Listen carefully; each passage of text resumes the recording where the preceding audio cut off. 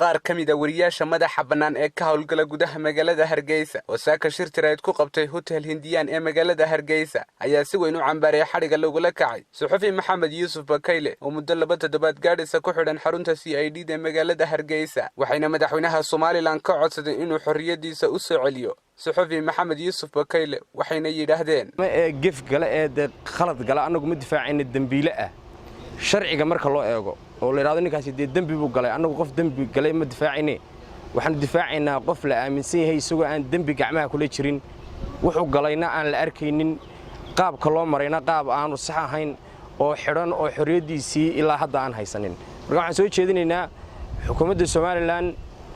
Soomaaliland samcadeeda yaani dilin waxa idinku mas'ala basid ama arrin yar u arkaysaan oo saxafiyiinta xidhan ee ugu dambeeyay walaalkayo Maxamed Yuusuf Bakayle waxa loo maray runtii iyadoo bilaa waaran lagu soo qabtay ilaa ay haddana waxa uu jeelka ugu jira iyadoo aan la horkeenin oo aan wali cadamihiisa maxkamadda la horkeenin iyo waxa lagu haysto bulshaduna aanay ogeyn taa wax ka sii daran xataa family-giisii iyo asxaabtiisii baa loo diiday inay booqdaan qofku argagixisa maaha waa qof saxafiya waxaanu ka dalbanaynaa in xukuumadda beesha caalamka waxyaabo in lagu majeerato waxa ka mid ah xorriyadda hadalka Soomaaliland ha ka dhigina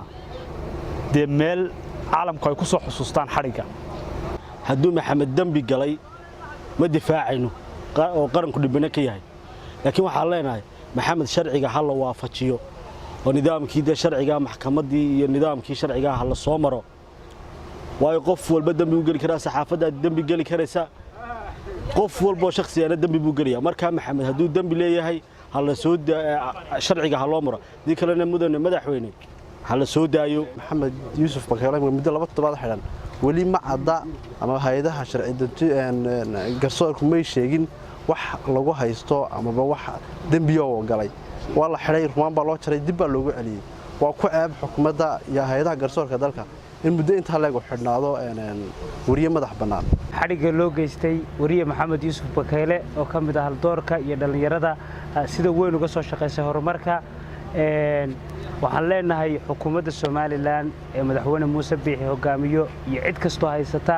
waa maalintii labaad ee maxkamadda la soo taagay iyadoo aan wax eedan lagu soo oo la rumaan gareeyo marka mar labaad waxaan ka codsanaynaa haddii ay eed u haystaan xukuumaddu in eedaas ay maxkamadda soo taagto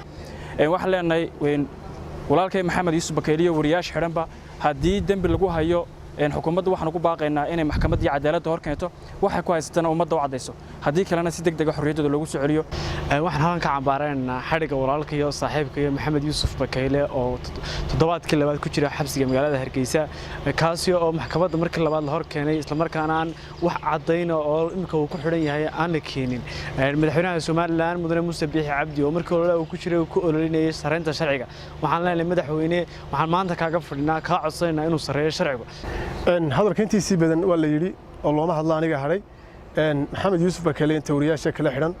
aan xukuumadda ka codsanaa hadii sharci ku xidhan yihiin iyo hadii dambi galeen sharciga loo keeno hadaan dambi lahayna Axmed Maxamed Cumar Axmed Dayax wararka telefishinka caalamiga ee bulsho magaalada Hargeysa